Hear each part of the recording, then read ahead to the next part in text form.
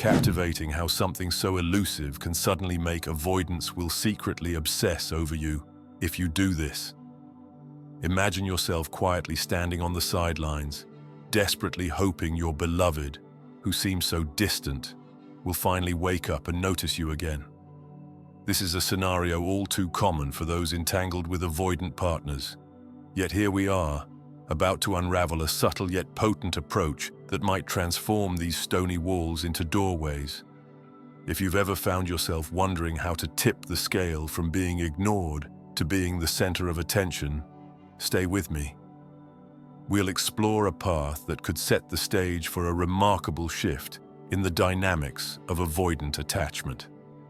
Let us begin, as many journeys do, at the heart of the matter: avoidant attachment. These individuals typically spent their formative years learning that vulnerability brought little reward.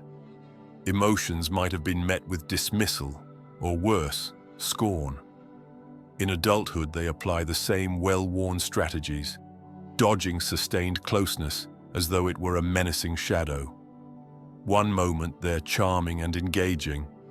The next, they vanish behind fortress walls, leaving you alone on a battlefield of confusion.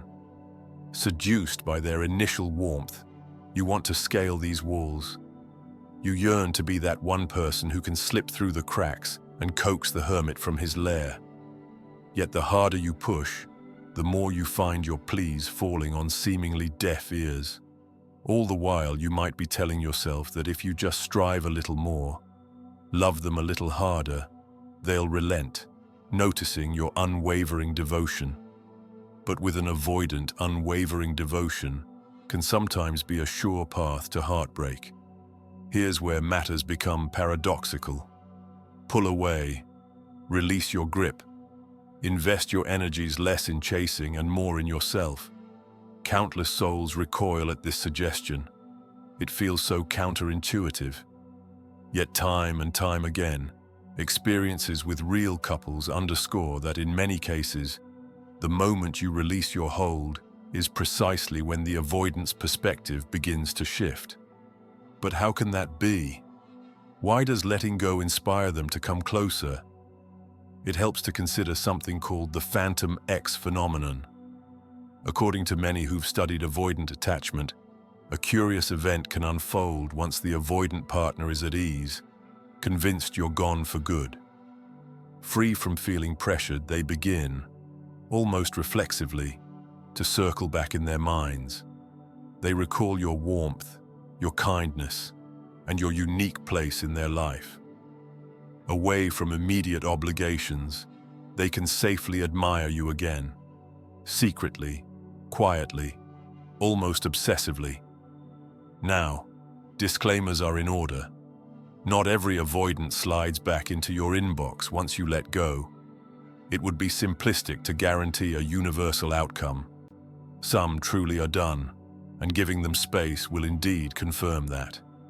But more often than not, the act of detachment transforms the anxious, needy presence that might have driven them to flee into a calm, self-possessed figure who commands curiosity. The dynamic flips. Why is she no longer trying so hard to fix me? Has something changed? Who is she becoming without me? These silent questions can stir a potent blend of intrigue and regret.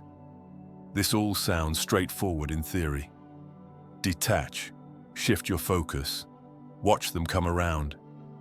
Yet we know how heartbreak muddles good sense. Consider the sunk cost fallacy. By this point, you may have poured immeasurable time, energy, tears, and heartbeats into chasing your avoidant partner. To walk away from that investment feels akin to discarding a priceless family heirloom. Pride demands you cling to hope a bit longer. If I keep trying, maybe it'll pan out and justify my toil. Tragically, this fallacy keeps you in stasis. You remain locked in a cat-and-mouse routine, believing your devotion might tip the scale. The avoidant, of course, senses your unrelenting pursuit, reaffirming their suspicion that closeness is claustrophobic.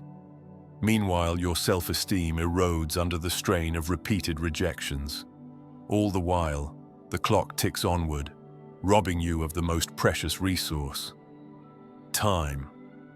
If you do suspect you're caught in this loop, it might be wise to reevaluate whether you're fueling the cycle that pushes them away. Imagine your relationship as a violin string drawn taut between you. If you keep pulling from both ends, the tension grows. The music might be harsh, discordant. Now, picture slackening your hold, releasing the tension. Instead of the chaotic twang, there's space. The string can vibrate more freely, or simply lie still. Regardless, the tension that once defined the dynamic is gone. This, in essence, is energetic detachment. Instead of texting them 3 times in a row to check in, you resist that compulsion. Instead of reading meaning into every obscure social media post they make, you give them the benefit of doubt, or, better still, disengage from that vantage entirely. You begin to act and feel as though you are quite capable of life on your own, without waiting for their response. For many, this shift is both terrifying and liberating. Terrifying because letting go of that wire you've clung to so desperately can give the illusion of losing them forever, but liberating because it sets you free from the anxious trap of overanalyzing their every word. Here is where the real magic happens. Detachment alone does not suffice. It's the how you redirect your energies that ultimately reshapes the dynamic. Perhaps you've neglected your own interests, your body, or your professional aspirations because so much of your bandwidth was consumed by the push and pull of this relationship. Now's the time to reclaim those corners of your life. Dust off that half-finished manuscript, sign up for that new fitness regime, or embark on the business idea you shelved last year. The tales of people who soared once they freed themselves from the anxious chase are myriad.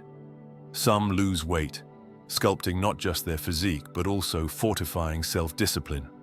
Others pursue advanced degrees or switch careers, harnessing ambition that lay dormant. Many find renewed spiritual or creative passions that bring them genuine joy. The synergy of focusing on yourself can't be overstated. It fosters a sense of worthiness that stands independent of your partner's opinion. When they do glance your way, they're confronted with a person who isn't inertly waiting, but is actively evolving, brimming with confidence and passion. Finally, we arrive at the essence of secure detachment. Once you've reacquainted yourself with the core truth that you are valuable, regardless of any romantic outcome, it becomes easier to navigate what comes next. No more flinching if the avoidant disappears for a week. No more reading betrayal in every delayed text message. You learn to interpret these events more levelly. He needs space. I'm content to let him have it. I, after all, have a fulfilling life to return to. For the avoidant, this is often disorienting. They're accustomed to partners who ramp up pressure the moment they go silent. Your calm acceptance subverts their usual script. It may coax them out of hiding, piquing their curiosity. Why isn't she panicking? Has she moved on entirely? That swirl of curiosity can lead them to peek out from behind their walls, longing for more contact. Indeed, they might start obsessing. What changed? Who is she becoming? Could I lose her for good? But crucially, you aren't orchestrating these changes just to provoke them into an about-face. You're doing it to anchor yourself in a healthy reality. The difference is stark. I'm investing in self-growth for me, not as a lure to manipulate. The avoidance reaction, be it fascination or reinvigorated interest, merely becomes a byproduct of your genuine transformation. This perspective arms you against heartbreak. If they re-engage, wonderful. If they remain aloof, your happiness is not derailed. You might roll your eyes at the notion of energy, but consider that humans communicate not just via words, but through posture, tone, presence, and intangible nuances.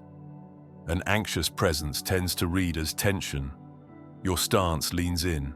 Your eyes dart about seeking reassurance. Your voice quivers with uncertainty. Conversely, a secure presence exudes warmth, steadiness, and an inviting calm.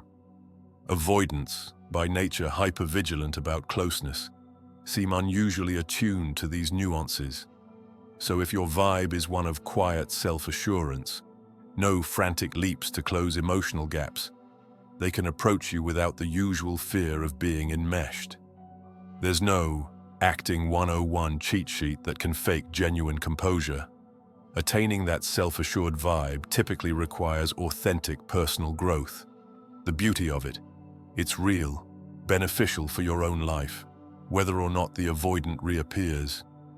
Picture that person who once threatened to vanish at any sign of closeness, now leaning toward you. Perhaps they send a casual text asking how you're doing, or they gently test your waters by acknowledging certain regrets. They become a bit more curious, and this is the real turning point. You get to decide. No longer are you the supplicant, merely relieved they responded. You stand on even ground. If they do come back, it's not because you whined, begged, or contorted yourself into an endless pretzel. It's because your radiant self-sufficiency drew them in. And if they do not come back, you remain solidly on track, your spirit unbroken. Avoidance will secretly obsess over you if you do this. The phrase might sound sensational, yet the message behind it is far from manipulative.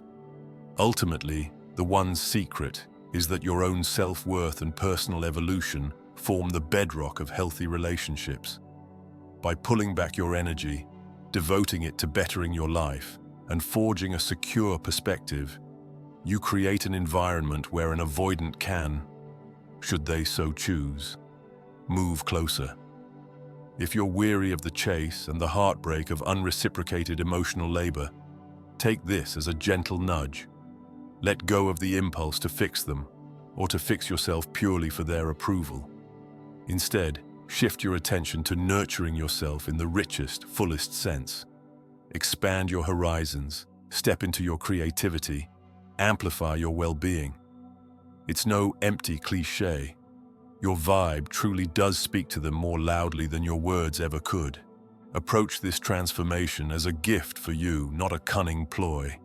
The avoidant's quiet obsession, if it springs up, will be but a lovely side effect of your newfound empowerment.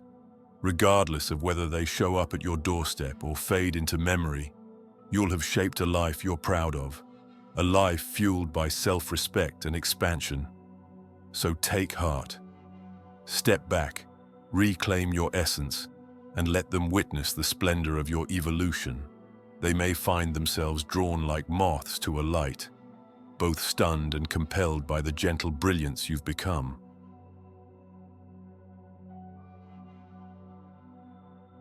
If you believe this video might help someone dear to you, share it with them. A small gesture on your part could mean the world to a friend in need.